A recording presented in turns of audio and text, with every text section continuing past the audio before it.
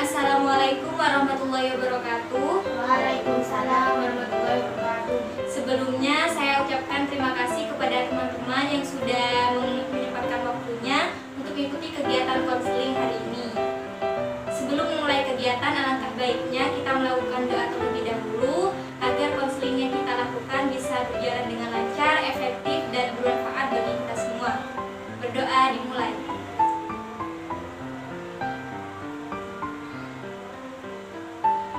Berdoa selesai. Baik, sebelum memulai kegiatan, saya akan menanyakan kabar kalian semua. Jadi bagaimana kabar kalian hari ini? Alhamdulillah baik. Alhamdulillah kalau semuanya dalam keadaan baik-baik saja. Jadi di antara kalian berdua, apakah sebelumnya ada yang sudah pernah melakukan konseling? Belum. Belum. Oh. Jadi ada yang tahu definisi dari konseling kelompok? Belum. Oh, belum tahu. Jadi definisi dari konseling kelompok itu konseling individu yang dilakukan secara berkelompok. Artinya kelompok itu bersama-sama, lebih dari satu. Nah, ini kan sudah terdapat 2 orang, berarti sudah bisa dikatakan dengan konseling kelompok. Nah, di dalam konseling kelompok kita memanfaatkan dinamika kelompok, yang mana nanti di antara kalian berdua sama-sama aktif untuk menyampaikan masalah dan mengutarakan pendapat, saran atau pertanyaan seperti itu. Apakah ada yang mau ditanyakan? Nah, dan di dalam konseling kelompok ini ada 4 asas. Yang pertama asas kerahasiaan, asas keterbukaan, asas kenormatifan, dan asas keaktifan. Jadi yang pertama itu apa sih yang dimaksud dengan asas kerahasiaan? Jadi di sini kita dalam konseling kelompok ini hanya kita saja yang tahu. Kita wajib merahasiakan semua masalah dan semua proses konseling yang berjalan pada hari ini. Yang kedua, asas keterbukaan. Jadi, di antara teman-teman semua harus terbuka menyampaikan masalah dari kalian semua. Dan yang ketiga, asas kenormatifan, di mana di dalam konseling kelompok ini kita tetap memperhatikan norma-norma, nilai-nilai, sopan santun, semacam itu. Dan yang terakhir ada asas keaktifan, di mana teman-teman semua wajib aktif untuk bertanya, berpendapat, menyampaikan saran seperti itu. Jadi dari keempat asas ini apakah ada yang mau ditanyakan? Tidak. Oke. Oh ya teman-teman, saya sampai lupa kalau kita belum saling kenal ya. Jadi alangkah baiknya kita berkenalan terlebih dahulu, karena ada patah tak kenal maka tak sayang. Nah maka dari itu kita harus berkenalan. Nah karena kalian cuma berdua, jadi kalian bisa sweet. Yang kalah maka itu kenalan duluan.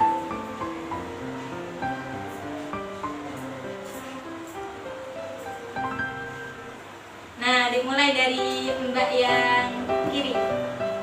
Perkenalkan, nama saya Ari Saraswata, bisa dipanggil Ari. Perkenalkan, nama saya Sumayya Melia, bisa dipanggil Meli. Halo Arini, halo Meli. Nah, jadi saya ini perlu berkenalan juga atau bagaimana? Iya, perlu. Jadi perkenalkan, nama saya Siska Robiatul Adawiyah, biasa dipanggil Siska. Saya mahasiswi UIN Sunan Ampel Surabaya, semester 4, prodi bimbingan konseling Islam.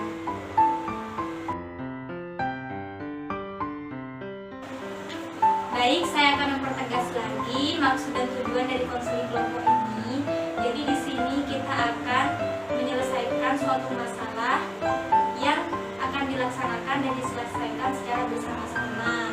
Jadi kalian berhak memberikan saran, masukan, ataupun pertanyaan kepada teman-teman kalian seperti itu. Jadi apakah kalian sudah siap untuk melakukan proses selanjutnya? Siap. Baik, sebelum lanjut ke tahap kegiatan, alangkah baiknya kita ice breaking terlebih dahulu agar kita lebih fokus dan konsentrasi dalam melakukan proses konseling kali ini. Jadi seperti ini, saya katakan terlebih dahulu ya. Marina menari di atas menara, di atas menara. Marina merana, Marina menari di atas menara. Sambil menari, Marina merana. Seperti itu ya. Jadi kita lakukan secara bersamaan.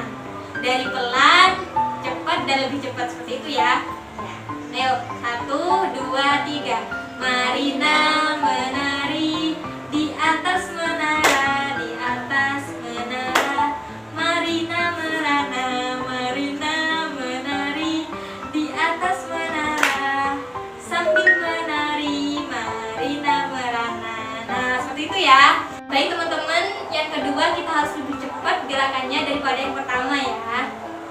Ayo pelan-pelan, fokus dan konsentrasi. 1, 2, 3.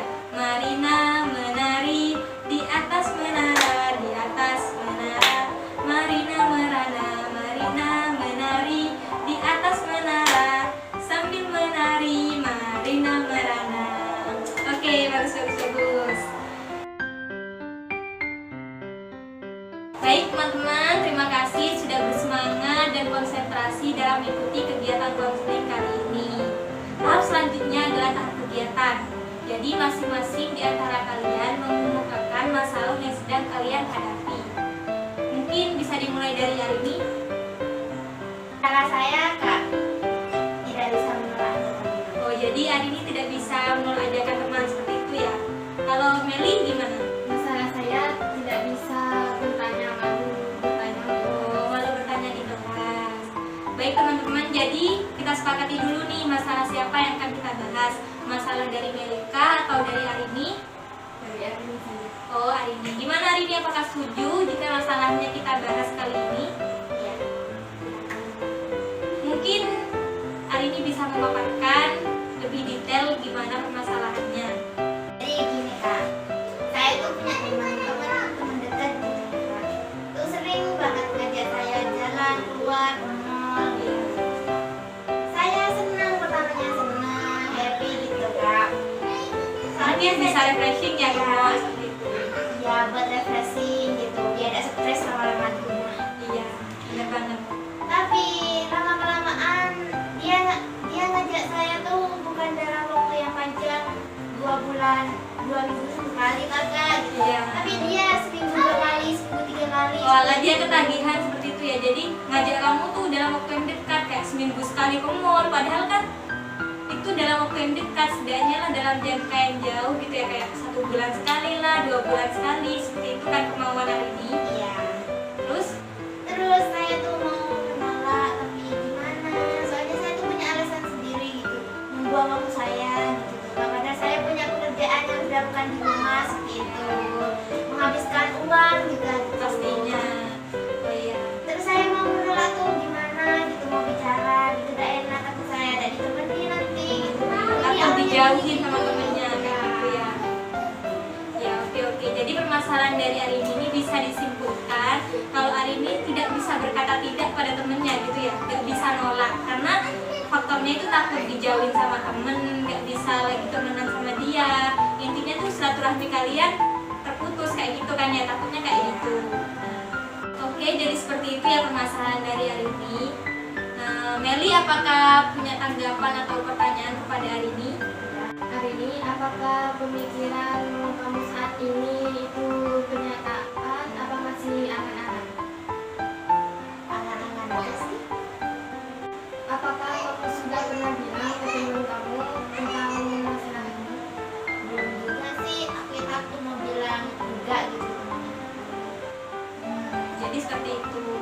Terus apakah dari Mbak Meli punya saran untuk Arini supaya masalahnya cepat tertuntaskan? Ada. Sebaiknya kamu ngomong baik-baik supaya tidak berkelanjutan dan kamu tidak kepikiran dan temannya bisa mengerti. Nah, mungkin dari saran Meli bisa diterapkan. Nah, untuk lebih melatih dan bagaimana sih cara ngomong ke temannya Arini gitu. Nah, mungkin sekarang kita akan melakukan teknik assertive training yang dimana nanti Arini akan mencoba mengungkapkan perasaan yang sudah didapatkan dari saran dari Mbak Meli. Jadi anggap aja bentar lagi ini Meli adalah teman yang sudah diceritakan Arini. Nah, Arini ungkapkan apa yang menjadi unek-unek di dalam hatinya, yang menjadi beban pikiran sama ini, jadi kamu sampaikan. Nah, anggap aja di depan kamu ini, Meli ini adalah teman yang kamu ceritakan barusan, seperti itu ya. Jadi apakah sudah siap untuk melakukan teknik assertive trainingnya? Boleh berhadapan-hadapan Arini sama Meli. Jadi saya tegaskan lagi, anggap aja Meli ini adalah teman yang sudah diceritakan oleh Arini. Mungkin agak majuan. Mohon maaf sebelumnya, aku tuh senang gitu diajak jalan-jalan ke mall gitu sama kamu. Tapi ya mohon maaf sebelumnya, aku tuh jadi lama-kelamaan tuh jadi kayak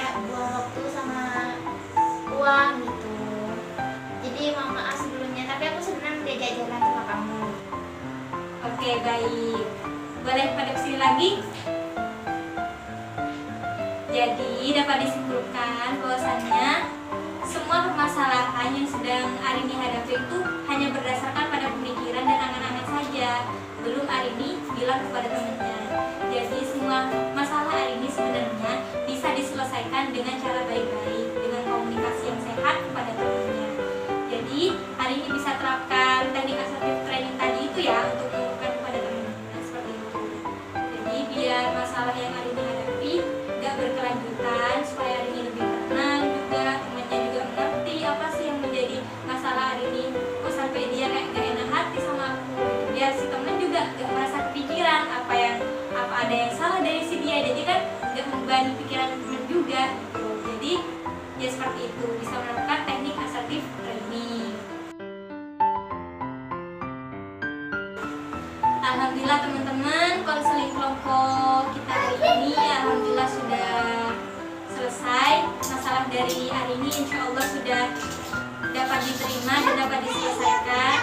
Ya Mbak Rini, apakah sudah menurut Mbak Rini sudah cukup atau masih perlu masukan lagi? Tidak, alhamdulillah.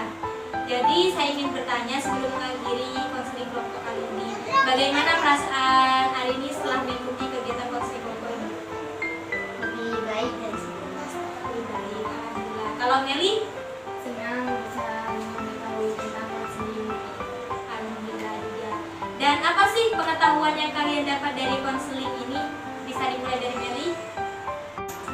Saya bisa mengetahui tentang definisi konseling dan proses konseling. Oke, baik. Kalau hari ini?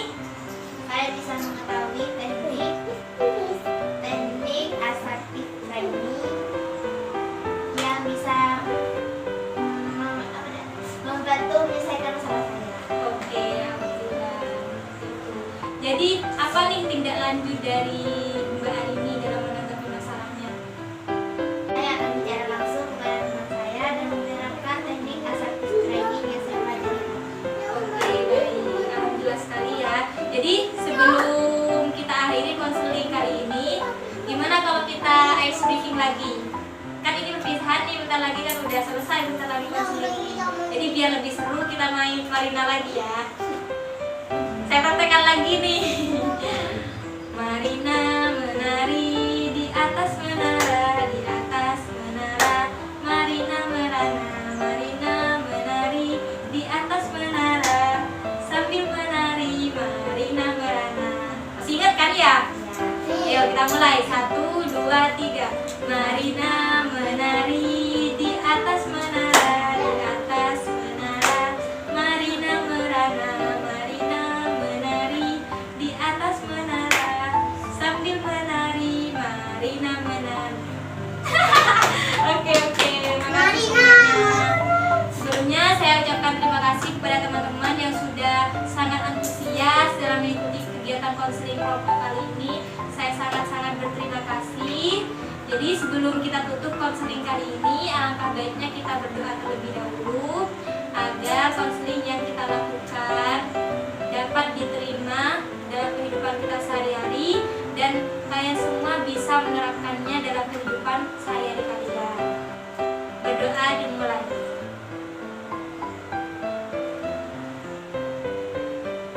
Berdoa selesai. Baik, cukup sekian konseling kali ini. Terima kasih teman-teman. Kurang lebihnya mohon maaf. Jika kalian mempunyai masalah dan unek-unek lagi, bisa menghubungi saya lagi dan kita melakukan konseling lagi. Seperti itu ya teman-teman. Jadi, assalamualaikum warahmatullahi wabarakatuh. Waalaikumsalam.